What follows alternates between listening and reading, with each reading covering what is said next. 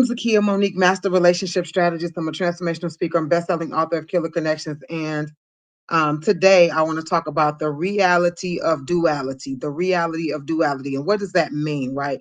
Duality means that two conflicting things can be very much true at the same time. That's the basic thought process, okay?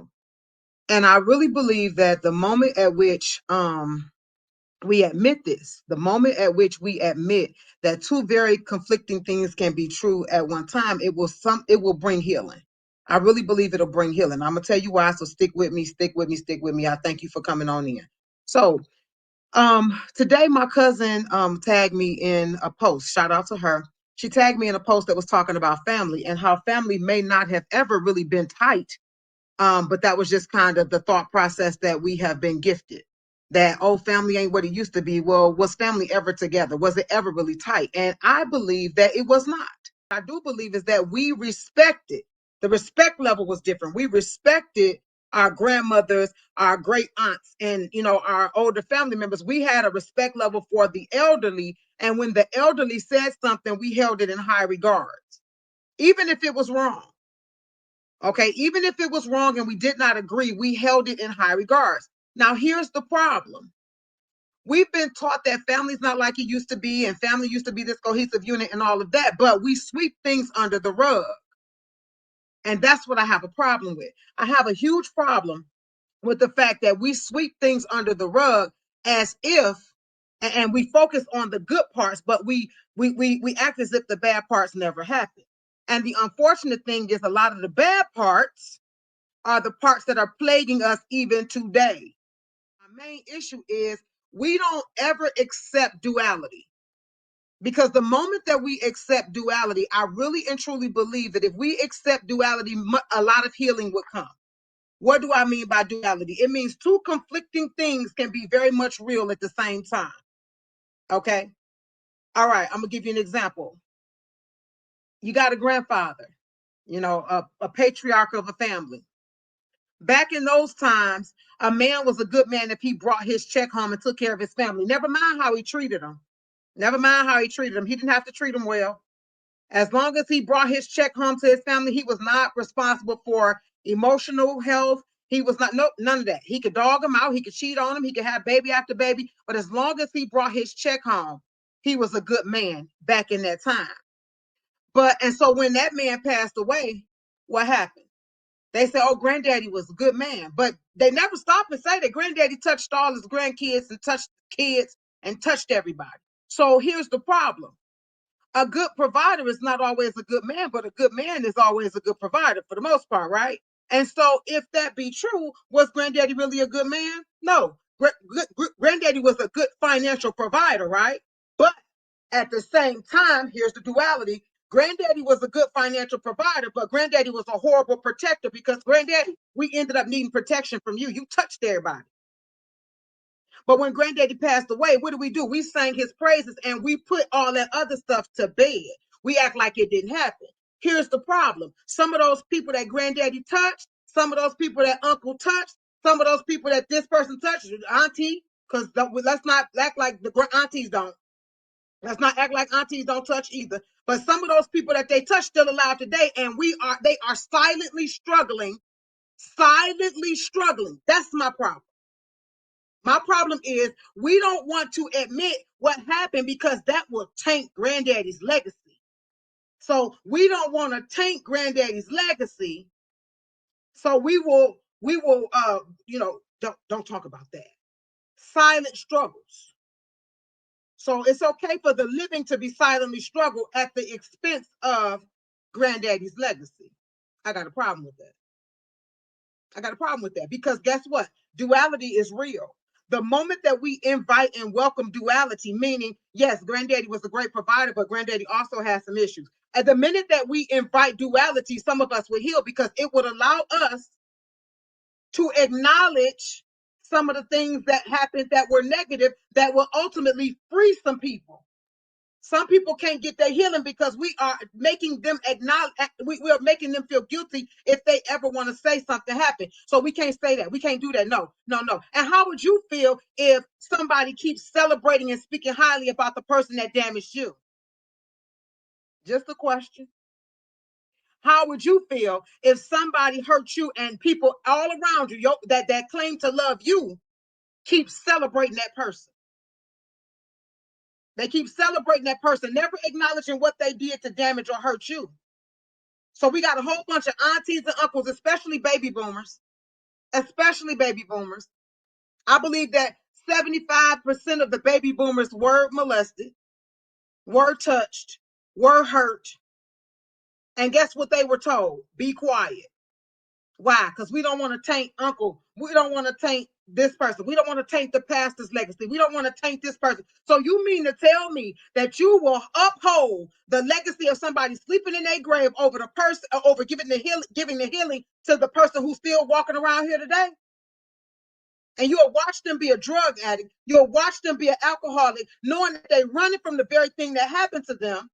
Because the only way that a person continuously take mind-altering drugs is if they don't like what's on their mind. Don't nobody just get drunk because liquor tastes good, because it don't. I ain't tasted too much liquor that's good. I'm just saying. And I ain't no drinker, but I have had some liquor in my day, okay? And every time I had a swallow, I was like, I don't know how people keep swallowing that. I don't know how. That's not good. But a person who gets up and who is in the line at the liquor store at 8 o'clock in the morning, you can't tell me that it ain't something on their mind that they're trying to get away from. And a lot of times, the thing that they're trying to get away from that's on their mind, somebody then told them, act like it ain't happening. How would you feel if somebody told you that about your pain? Act like it ain't happening. You a 50-year-old man, act like it ain't happening. Act like it ain't happened. Because basically you telling me I should have just went on, you should have went on and called me a lie. You should have went on and called me a lie. We have to allow, we have to invite duality. Listen, my grandmother was Evelyn Eugenia. Okay? My grandmother was mean. When we were kids, my grandmother was mean to us. She was mean. Okay? I didn't used to like going over to Evelyn Eugenia's house. I did not want to go over there. Didn't want to go over there. I don't like Granny. She mean. One time I locked myself in my daddy room and was like, I ain't going out there talking to her because she mean. And I decided I wasn't going to talk to her that day, not realizing I was just as mean as she was. I was being just as mean as she was, but I didn't realize that. But she was mean. But guess what? At the same time that my grandmother was mean, she was also nurturing. She wasn't nurturing me at that level. She was nurturing me for today. She nurtured the woman who I am today because I understand almost every lesson that she taught me today. But at that time, I didn't understand it. So my grandmother was very much mean, but she was also nurturing. Now, my grandmother is passed on, sleeping in her grave. And guess what? I am not going to ever say that my grandmother was not mean. I can't say that because that's who she was. She was mean, very stern, but sometimes mean. But that don't take away from the fact that she was nurturing. Some of us would get healing if we would just admit some things about some people. Yes, he was a great financial provider, but he was a horrible man. That can very well be true. Two things can very well be true. But many of us all know we can't talk like that about the pastor. Yeah, the pastor was foul. The pastor didn't do this, but we're only going to talk about the good part. No, he lived all of that. You lived all of that. I used to write obituaries for people, their life stories. And I wrote a girl's life story. She liked going to the casino. They're going to say, why you put that in there? She lived that. If that's what you live, that's what you live. I'm not saying go and broadcast everything. No, I'm not saying that. But my point is, if you lived it, if you didn't think about stopping it when you lived it, then that's a part of your life. That's what you live. And we can't keep on omitting the parts that don't fit the narrative. We can't keep omitting those parts because that's how we end up damaged. And that's how we end up passing down the damage from generation to generation to generation. Who knows? Maybe some of our generations would be healed if we told the truth about granddaddy. Maybe some of our generations would be healed if we told the truth about that uncle in that back room. Maybe it would be real. Maybe we would be healed if we would be real. The reality of duality, we have to learn to accept it. Because some folks can't heal until the truth is revealed. They can't. And because you don't want them to tell the truth about your daddy, your uncle, your whatever, you'll say, no, just let sleeping dogs lie. No, wake that dog up. If that dog means my healing, get the dog up. Don't let that sleeping dog lie. Get that dog up. If it comes down to my healing, get the dog up, please. Because I don't care what picture you paint about a person. If they hurt me or damage me, we're going to tell that part too. Because if that's what it takes for me to get my healing, we're going to tell the whole story. But many of us want to omit that, not realizing that when you omitting the bad part of somebody's story, you also omitting the ability for somebody to get healed because somebody else was involved in that bad part of their story. I can't stand all that sweeping under the rug. I can't stand it. And I don't care who, if it was something about my daddy, if it was the truth, it's the truth. It's the truth, it's the truth. We got to understand it, that we can't keep on sweeping stuff under the rug and acting like it didn't happen. Especially when an adult knew what they were doing. You knew what you were doing when you were a good and grown adult touching a child. You can't tell me I didn't understand what I was doing. Yes, you did. Yes, you did. You knew exactly what you was doing. As an adult, you knew what you were doing. You touched the child, and that damaged or that hurt that child. And so if it hurt that child, then hey, we got to get that child some healing. And if that healing process requires them to tell their truth and it involves you, then oh well. Because you weren't concerned about your legacy when you was touching them. That's just how I feel. You were not concerned about their legacy when you was touching on them. So you should have been thinking about your legacy when you were touching on them. Because now that's a part of it. But many of us don't want, no, we don't want to say, let well enough alone. No, get well enough up. Get well enough up if it come to my healing. Get well enough up. Get it up. Because some people need to get healing, and you cannot heal what is not revealed. I'm not telling you to put it on a billboard on the highway, but you cannot heal what is not revealed. You got to acknowledge it. You got to acknowledge that it happened. But for many, many years, you've had elders in the family saying, let that alone. And because we respected them, we let well enough alone, not realizing it caused an internal turmoil inside of us. When somebody tell you to let something alone that is really hurting you, it causes a turmoil in you. And I forgive me if I'm wrong, but ain't an elder in this family that I'm in, and none of the families that I'm in, worth me having inner turmoil within me, dealing with any type of addiction, because we often turn to a vice to help us deal with it. No, we ain't finna let well enough alone. We need to tell the truth. And if that means your husband touched somebody, then your husband touched somebody. If it means my daddy touched somebody, not that I ever heard that, but if it did, then that's what it means. And I don't care about somebody's legacy. I'm not going to care more about a person's legacy that's dead and sleeping in the grave than I do about somebody silently struggling every day that I watch. I'm looking at you unravel every day. But because we want to save this person's legacy, we ain't going to say nothing. Who's we? Because I will. I'm not celebrating nobody who damaged people and didn't do what they could to make it right. I ain't celebrating them. I'm not. I ain't judging, but I ain't celebrating either. There's therefore now no condemnation, but guess who ain't celebrating them? Not till you go make that right. Go make it right. If you still got breath in your body, go make it right to that person. But if you don't go make it right, I ain't got nothing. I'm not celebrating that person, because what I look like celebrating somebody in the face of people who they've damaged. Have you ever thought about what that feels like?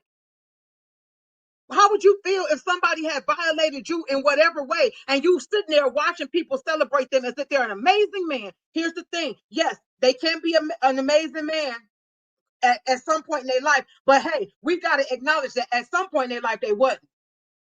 And while people may have the ability to change, we cannot let go of that negative narrative. We gotta acknowledge that too. And our community and culture don't do a good job of that. We don't do a good job of welcoming duality. We don't. And that's why a lot of people do not get healed, because we do not welcome and invite duality to be a real thing. Like I said, Granddaddy was an awesome financial provider, but he was a whore. He was a whore. But no, we don't tell that part because, Granddaddy passed on. Granddaddy passed on, but he was a whore. If Granddaddy was a whore, he was a whore. When I wrote my grandfather's program, I put his two kids' daughters in there that he did not have with my grandmother. Why? Because that was a part of the life that he lived. Let's not lie today. No, we ain't finna lie today. He got 2 kids. Let's not lie today. I don't care who it is. I don't deal with who's. I deal with what. It is what it is. But we have got to stop. Because how would you have felt if you was one of his daughters and didn't nobody include you? Because you were an illegitimate child. That ain't got nothing to do with you. That didn't have nothing to do with you as a child. You didn't pick your parents. We gotta stop. We gotta start thinking about other people too and how they feel. How does that make the person feel when you celebrating this offender, this sex offender? We celebrating him. We celebrating. You celebrating him, but what about the person? What about the duality? What about the person over here? Yeah, we don't want to talk about that though. Maybe I'm just graced to talk about the hard stuff because I don't mind. I don't care who legacy it is. I don't. I don't care whose legacy it is. I don't care. If it's wrong, it's wrong. And if that means admitting what they did means healing for somebody who's here today, who very well may be able to give their life to Christ, who very well may be able to change the lives of other people, guess who all for it? Me. Sure am. Sure am. Because you shouldn't have did it. And if you did it, you did it. Okay. Ain't nobody perfect, but you did it. And we can't keep on acting like it didn't happen for the sake of everything looking perfect for that person. That's just how I feel. We need to welcome duality. Because, like I said, my grandmother was very much a nurturer, but also very much mean. She was mean to us when we were children. But as we got older, she became a nurturer. So in her story, there's a duality. She was very mean at first. She was very mean. She could be a very mean woman. Okay, very mean. She could. I've heard some things come out of her mouth, and I was like, very mean, but very much nurturing. Both of those are very true. And I would be doing a disservice if I wasn't honest about who she was. Because guess what? Some of that is what we carry in our legacy and in our genes. And if we don't acknowledge it so that we can get it healed, we'll find ourselves being the same way. But no, we don't want to talk about that. No, we're not going to talk about that. We're going to act like that didn't happen because we don't talk about that. Now, let sleeping dogs lie. Like I said, get that dog up. Some folk ain't going to get healed till they get that dog up. And that's just how I feel. So I want you to think about this. The reality of duality. Where's the duality in your life? We all live one. Everybody got a negative aspect. Everybody. Ain't nobody exempt. Everybody got a duality. We got a good side. We got a not so good side. Everybody. I don't care who you are. But for us to take away this side means we're taking away a portion of that person. And if somebody was connected to this side, we're taking away their ability to get healed. We may be. We may be taking away their ability to get healed. And that's not right. It's not right. And it's going to continue to plague our generations until such time that we admit the truth. I know it was hard to hear, but I was going to be the one to say it because it bothers me. It bothers me to watch families continue to sweep things under the rug for the sake of, let's just keep it down. We don't want to say that. No, who? Who's we? Say it. If it means somebody get free, say it. Whom the Son sets free is free indeed. Say it. The truth. God said, I am the truth. Whom the Son sets free, the Son is the truth. Whom the truth sets free is free indeed. Say it. If it needs to be said and it's the truth, say it. If it means that person's going to be free, I'm all for it. I'm all for it. Because you shouldn't have did it. If you hurt somebody and you know you hurt somebody, go apologize. Go own it. Sometimes you never know what that apology may do for their spirit. It may help them. Go apologize. Go apologize. Go make it right. No matter what it is, go make it right. But sometimes people won't acknowledge it, and there are some people that don't have enough in them to move on without the apology. And so therefore they drink and they drink and they drink and they on crack and they tooting and all this other stuff. Why? Because they didn't get the apology. Because they couldn't acknowledge their hurt, their pain. You have no idea how this stuff shows up in people's lives later. That's what frustrates me because I can see it. I can see it in their lives later. I can see it in their relationships later. I can see it. I can see how it damages and hurts them later.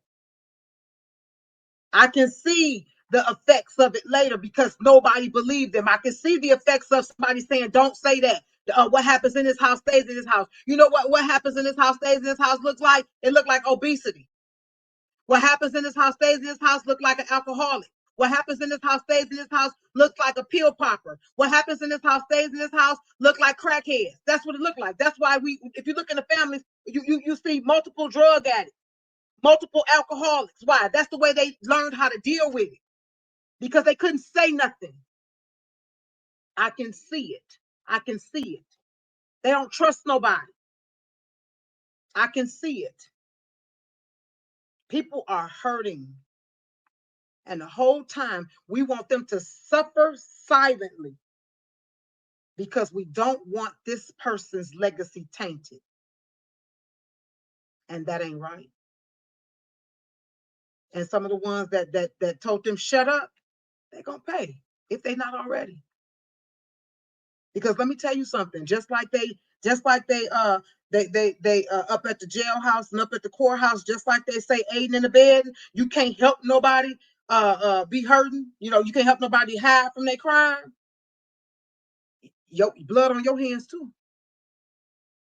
Blood is on your hands too. If you done told somebody shut up and don't say nothing about what's done hurt them at the expense of your husband, your son, your this, your that. If you done told them to hush up and act like it didn't happen, that blood on your hands too. Because as that person spirals out of control, you could have did something about it. The blood is on your hands too. It sure is.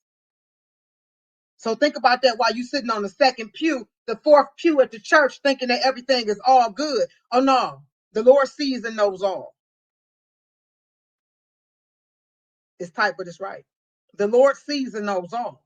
So while you thinking you going straight on up yonder from the second pew, you might want to get some things right. That person sleeping in that grave, their legacy ain't no more important than that person's healing that's walking around here today. And we have to have some tough conversations. We need to have some tough conversations so that people can get healed. But there are a lot of people that don't want to have those tough conversations because of how it will make their family look. But guess what? If my family got to look a mess for somebody to get their healing and their freedom and their deliverance, so be it. So be it. It don't matter who. Don't matter who. It just matters what. And so I love y'all. I just had to come on and say what I had to say because I'm tired of it. I'm so tired of it. I see it. I see it. I see it. You can see, ain't no way a person got 5 kids and 4 of them on crack. You got 5 kids and 4 of your kids on crack, and we gonna say it wasn't no trauma nowhere? Oh, okay. You got 5 kids and 3 of them alcoholics. And we ain't gonna say no trauma was nowhere? Oh, okay. Oh, okay. It's too common. It's too common, especially among baby boomers. It's too common. You see a whole lot of them alcoholics, a whole lot. Why? Because they couldn't release what was in them. And it caused an inner turmoil within them. When a person can't release what's on their heart, it will cause an inner turmoil within them. It definitely will. And I'm telling you, some folks are going to be held accountable because they knew what was going on. And they just told them, be quiet and act like it didn't happen. Sometimes because it happened to the person who was telling them to be quiet. Mm-hmm. Yeah. Sometimes they feel like it happened to me and I'm all right. No, you wasn't all right. You're not all right. You're not. Duality is real. Your mother could have done the best she had, but not been a good mother. That can be very much true. She did the best she could, but she wasn't a good mother. They did the best they could, but they weren't responsible.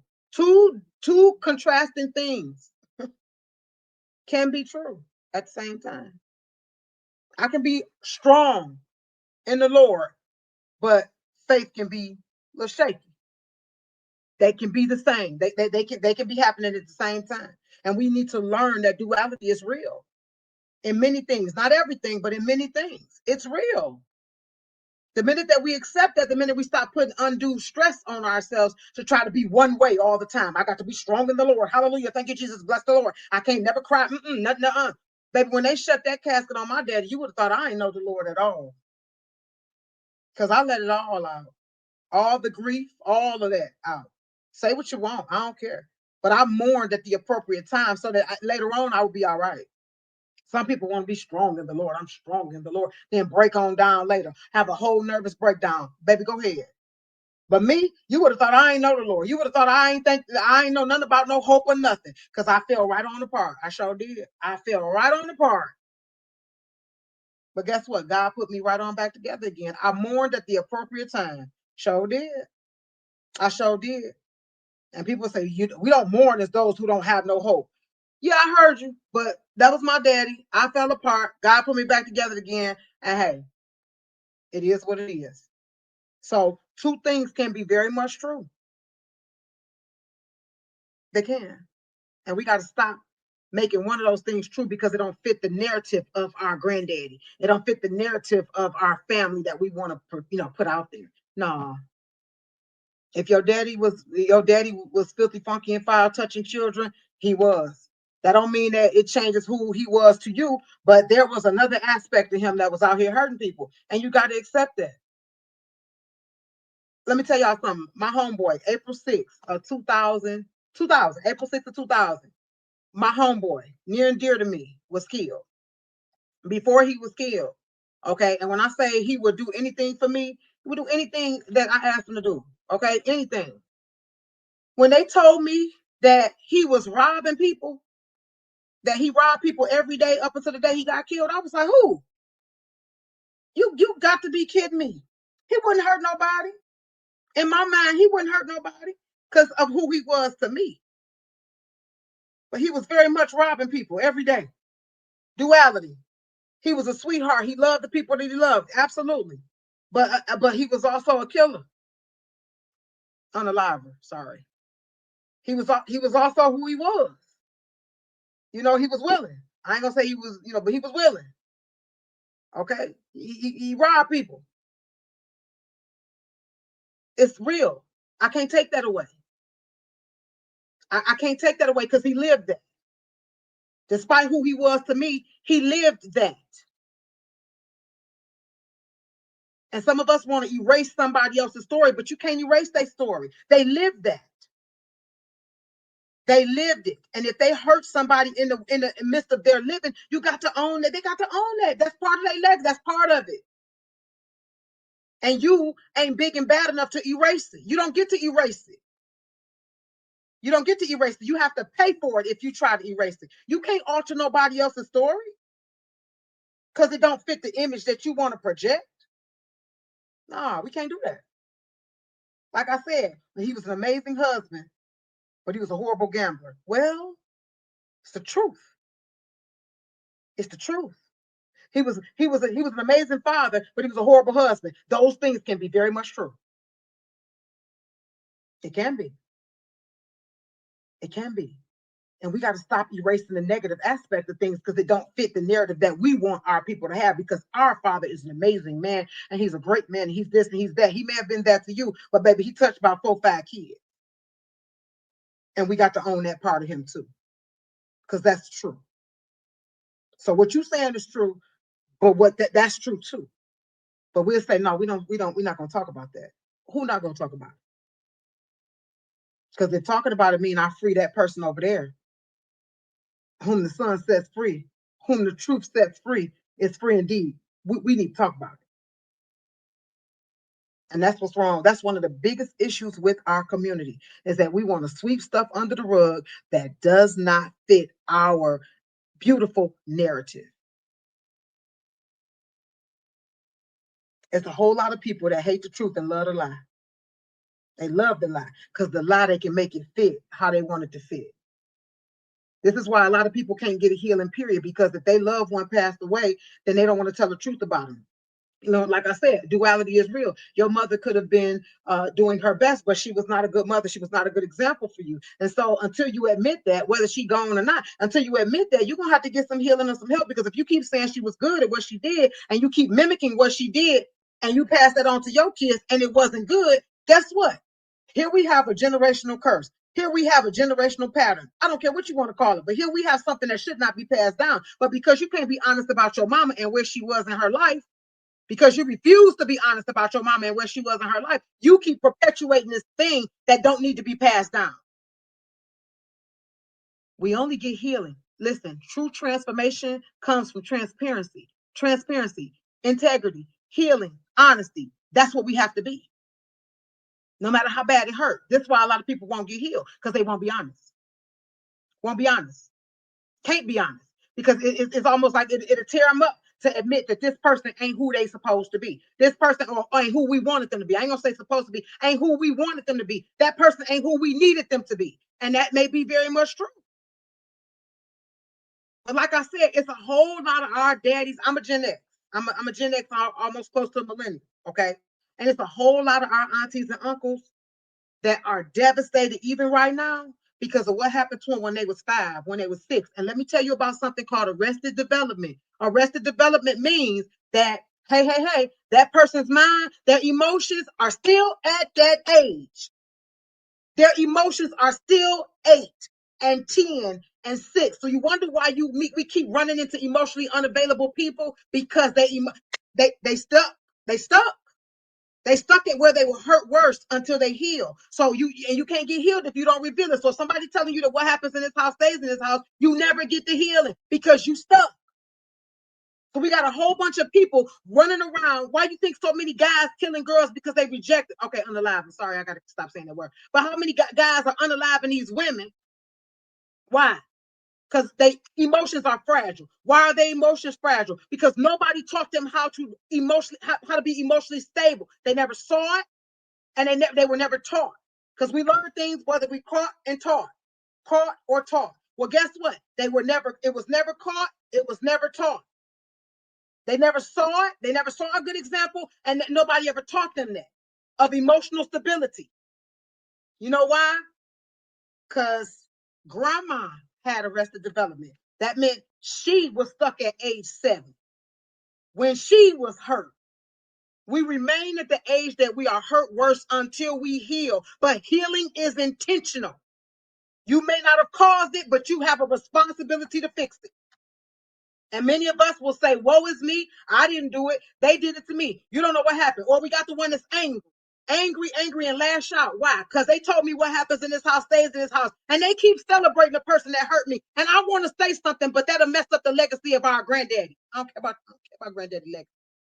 You understand me? I don't care about granddaddy's legacy. You lived it, you lived it. It's on your jacket. We all did something. It's on your jacket. Now, I ain't gonna put nothing on your jacket that don't belong on there, but baby, you gonna take these stripes right here. You gonna take these. You gonna take them. But it messes up our image, and we don't want to say nothing about that. When my grandfather passed away, oh no, we don't want to say nothing about them, those kids. Yes, we are. Them his kids. He lived it. That's a part of his life. When you write somebody's life story, you can't just be like, we don't want to say nothing about that part. We don't want to talk about her first husband. Why? That's what she married.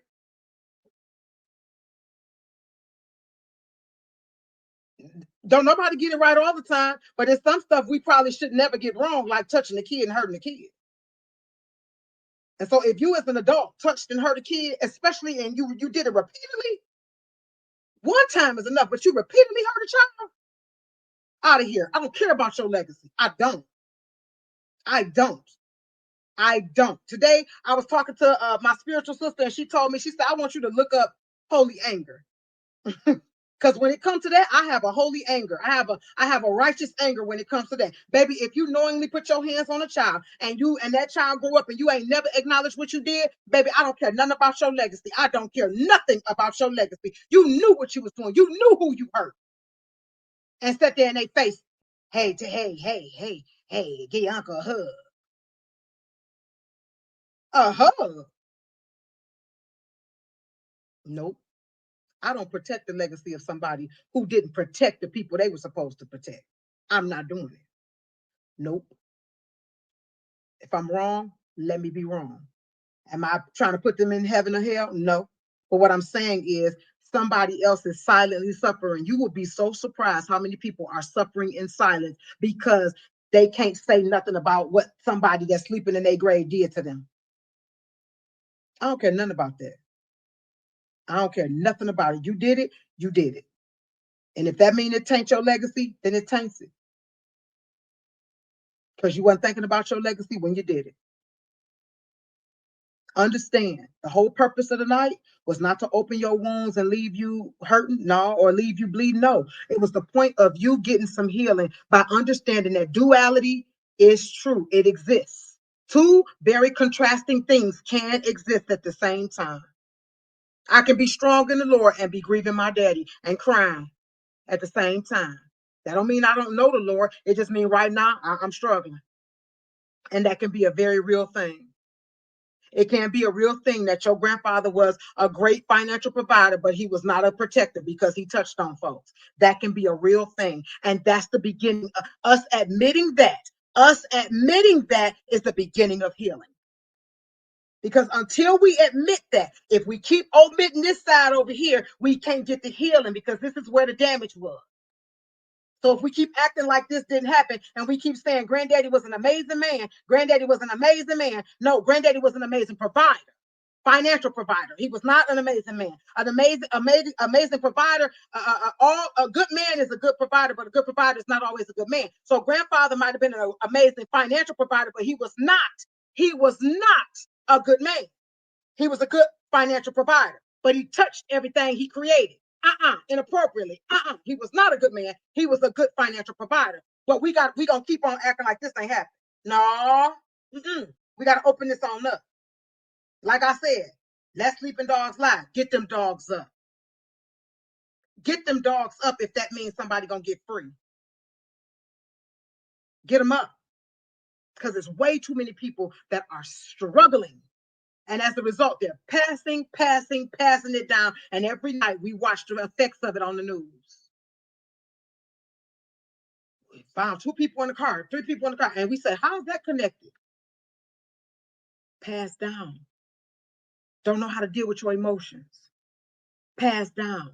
Arrested development. Passed down. And so now you got a 19-year-old girl want to break up with a boy, and he don't want to break up, so he want to unalive the whole family. Why?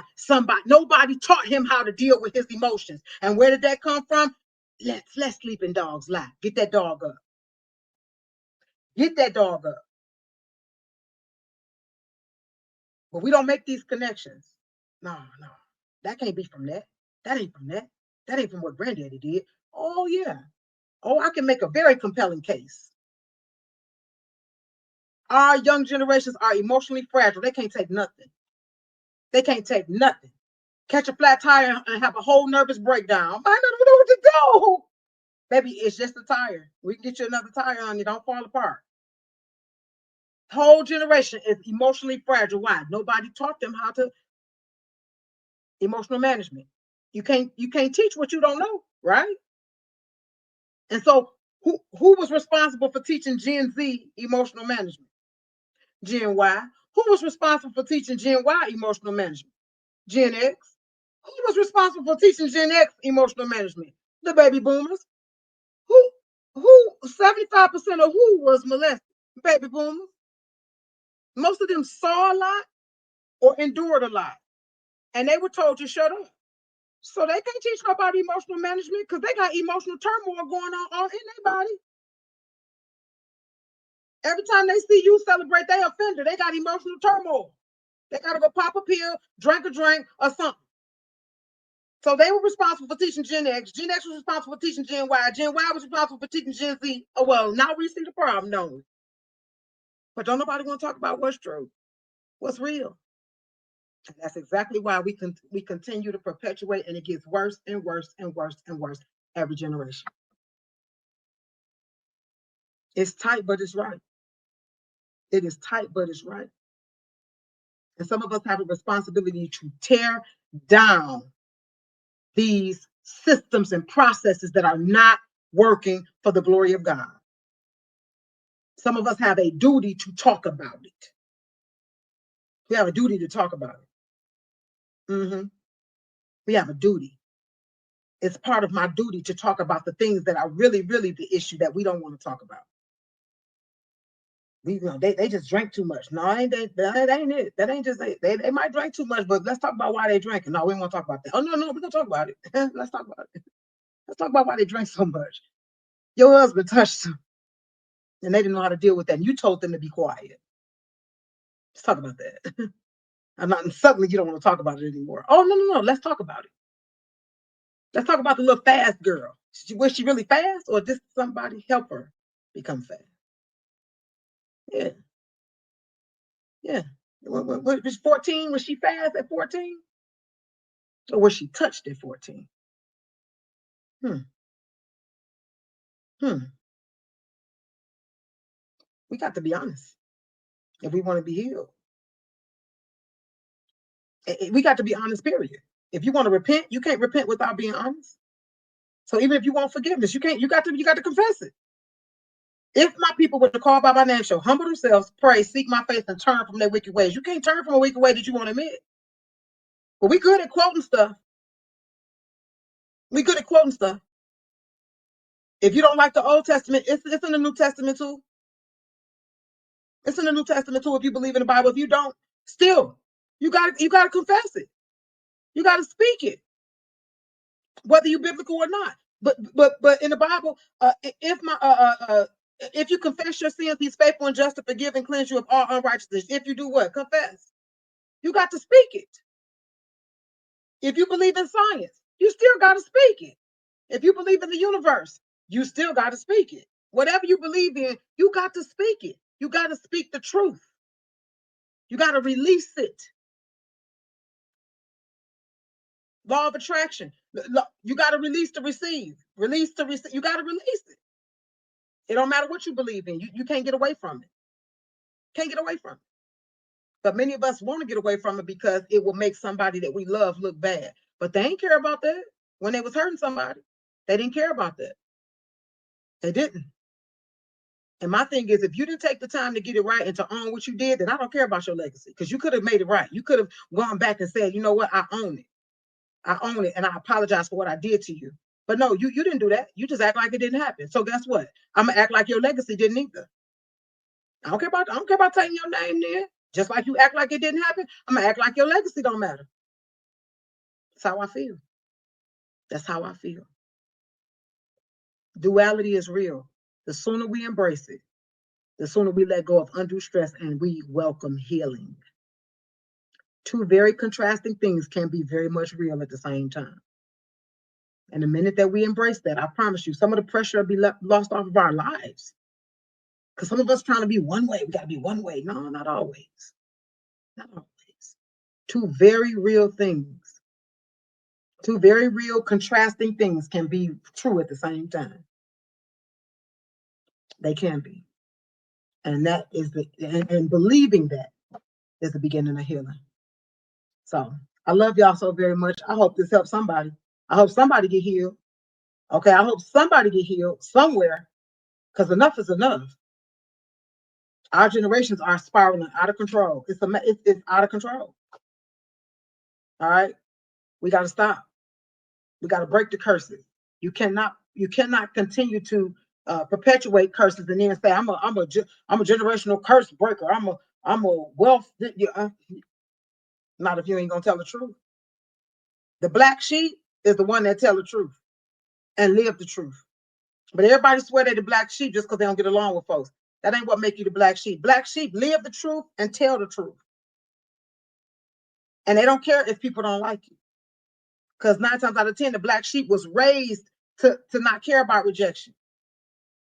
I was raised to like I put on my status today. My grandma said, if the Lord is with you, stand 10 toes down and don't you let nan toe come up. My grandma said, stand on it. Stand on it. Don't let nobody tell you nothing different. If the Lord say yes, don't let nobody else tell you nothing different. Stand on it. No, no, no, no. I don't care who try to bully me. Nope, I'm unbullyable. Scoot on. Scoot on. Nope, you're not gonna bully me into thinking that this man was right. No, he wasn't all right. We got another part of the narrative to tell. Scoot on with that. I don't care who you are. You can't bully me into thinking nothing different. No, nope. That's a curse breaker. Yeah, that's a curse breaker.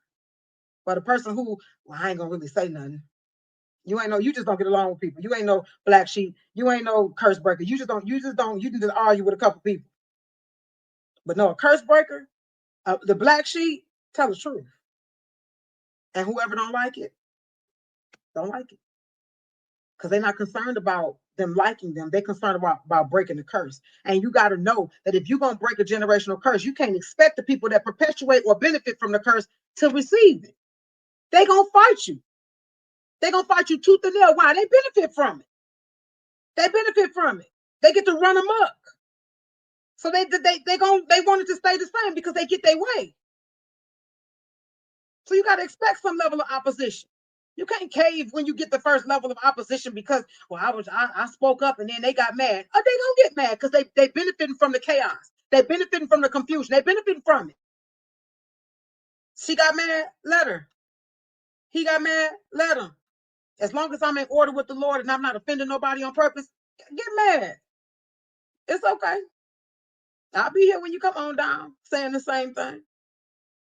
It's okay. Two very real things can be true. Two very contrasting things can be true at the same time. And the minute we accept it is the beginning of healing and the breaking of curses.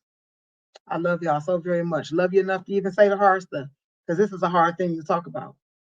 Not necessarily for me, but I know that it brings triggers for some people. That's why I said it at the beginning, like, hey, this might be a trigger for you. And I don't want you anywhere by yourself triggered, right? I want you to have some tools and some things that you need if you're going to, bring up some feelings. So I said it at the beginning, like, hey, this is, I don't want you to be triggered. But I love you so very much. I really do. Enough to tell the truth because we need to start telling the truth. Because whom the Son sets free, I am the way, the truth, and the life.